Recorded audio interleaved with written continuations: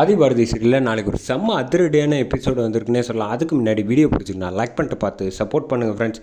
இந்த பக்கம் கரெக்டாக வந்து லதா வந்து தமிழ் அழுதுகிட்டே இருக்கா அப்படின்னு சொன்னோன்னே, சரி கொஞ்சோண்டு தண்ணி கொடுப்போம் அப்படின்னு சொல்லிட்டு கதவை திறந்து தண்ணி கொடுக்குறாங்க. நீ எங்கேயும் போயிடாத, இங்கேயே இரு அப்படின்னு லதா சொல்கிறாங்க. சரி அப்படின்னு இந்த பக்கம் தமிழ் வந்து சொல்லிடுறாங்க. சொன்னதுக்கப்புறமேட்டுக்கு கரெக்டாக ஆதி வந்து அந்த பக்கமாக மனசில் வந்து ஏதோ படபடன்னு இருக்குது. தமிழ் வந்து ஏற்கனவே ஃபோன் பண்ணியிருக்கா, லதா வீட்டுக்கு வந்து போய் பார்க்கலாமா அப்படின்னு சொல்லிட்டு இந்த பக்கம் ஆதி வந்து கிளம்பலான்னு பார்க்குறாங்க அவங்க அம்மா கிட்ட சொல்லிவிட்டு. அந்த சமயத்தில் கரெக்டாக வந்து தமிழ் வந்து வெளியில் ஆதியை தேடி வெளியில் வரலாம் அப்படின்னு சொல்லிட்டு வராங்க. வெளில வந்து பார்த்தா கரெக்டாக வந்து ஸ்வேதா அனுப்பின ஆளுங்க எல்லோரும் வந்து கரெக்டாக தமிழை வந்து அழைச்சிட்டு போயிடுறாங்க. இந்த விஷயம் எதுவுமே வந்து லதாவுக்கும் தெரியாது, பாரதிக்கும் தெரியாது.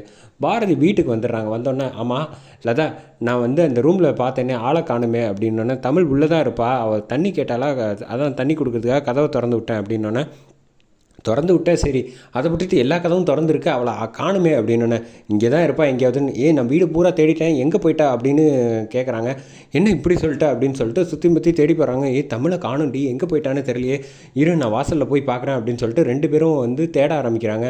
பார்த்தா எங்கேயுமே கிடையாது. ஒருவேளை வந்து ஆதியை தேடி போயிருப்பாளோ அப்படின்னு லதா வந்து சொன்னால், அதுக்கு வாய்ப்பு ரொம்ப கம்மி தான். ஏன்னா ஆதிக்கு வந்து நம்ம இங்கே இருக்கிறது வந்து சொல்லிட்டால அப்படின்னோன்னா, ஆமாம் அது கூட வாய்ப்பு இருக்குது அப்படின்னு சொல்லிட்டு அந்த வீட்டுக்கு நான் போக மாட்டேன் அப்படின்னு சொன்னால், அப்புறம் எப்படி நம்ம தமிழ் இருக்கிறத கண்டுபிடிப்பேன் அப்படின்னோன்னா, இல்லை அவள் பாரு, அவள் வந்து கரெக்டாக வந்து இந்த இடத்துல வந்து பேக் மாதிரி ஏதோ ஒரு இது தமிழோட கொலுசு கீழே விழுந்திருக்கு பாரு அப்படின்னு சொல்லிட்டு பார்க்குறாங்க. கொலுசை கீழே போட்டுட்டு ஓடுற லெவலுக்கு வந்து வேறு ஏதோ வந்து நடந்திருக்கு அப்படின்னு மட்டும் புரிஞ்சுக்கிறாங்க பாரதி. ஒவ்வொரு இடமா வந்து போய் தேடிக்கிட்டு இருக்காங்க. பேசாமல் நம்ம ஸ்டேஷனில் கம்ப்ளைண்ட் கொடுத்துடலாமா அப்படின்னு சொல்கிறப்ப, அது வந்து கடைசியாக கொடுக்கலாம், இப்போ ஓதிக்கு வந்து முதல்ல தேடுவோம் அப்படின்னு சொல்லிட்டு தேடுறாங்க. இந்த விஷயத்தை லதா வந்து கரெக்டாக வந்து ஃபோன் பண்ணி வந்து ஆதிக்கிட்ட வந்து சொல்லிடுறாங்க. இந்த மாதிரி தமிழை காணோம் அப்படின்னு சொன்னோன்னே, சரி விடுங்க நானும் தேடுறேன் அப்படின்னு சொல்லிட்டு ஆதி வந்து தேட ஆரம்பிக்கிறாங்க.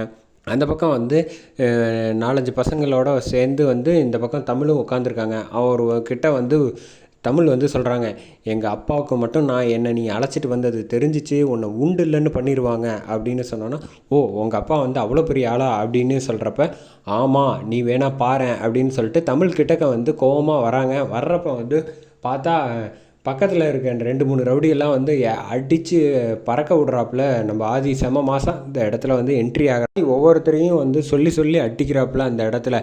என்ன தைரியம் இருந்தால் என் பொண்ணுக்கிட்ட வந்து வம்புழுப்பீங்க, உங்களை உண்டு இல்லைன்னு பண்ணாமல் விட மாட்டேன் அப்படின்னு சொல்லிட்டு ஆதி வந்து சண்டை போட்டுக்கிட்டு இருக்காங்க.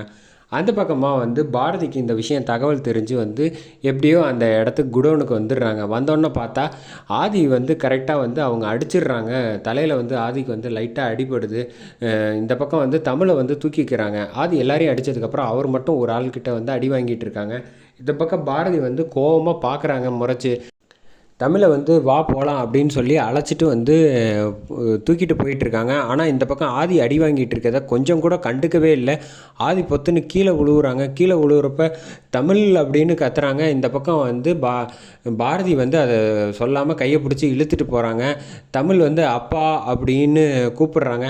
நீ ஒன்றும் தேவையில்லாமல் அவரை பார்த்து பேச தேவையில்லை, வா போகலாம் அப்படின்னு சொல்லிட்டு பாரதி வந்து கொஞ்சம் கூட வந்து மனசாட்சியே இல்லாமல் இது வரைக்கும் நடந்த எல்லா விஷயத்தையும் வந்து உதறி தள்ளிட்டு அப்படியே வந்து மனசை கல்லாக்கிட்டு அங்கேருந்து கிளம்பி போகிறாங்க. வீட்டுக்கு வந்ததுக்கப்புறம் இந்த எல்லா விஷயத்தையும் வந்து நடந்ததை லதா வந்து கிட்டக்க வந்து சொல்லிகிட்டு இருக்காங்க நம்ம பாரதி.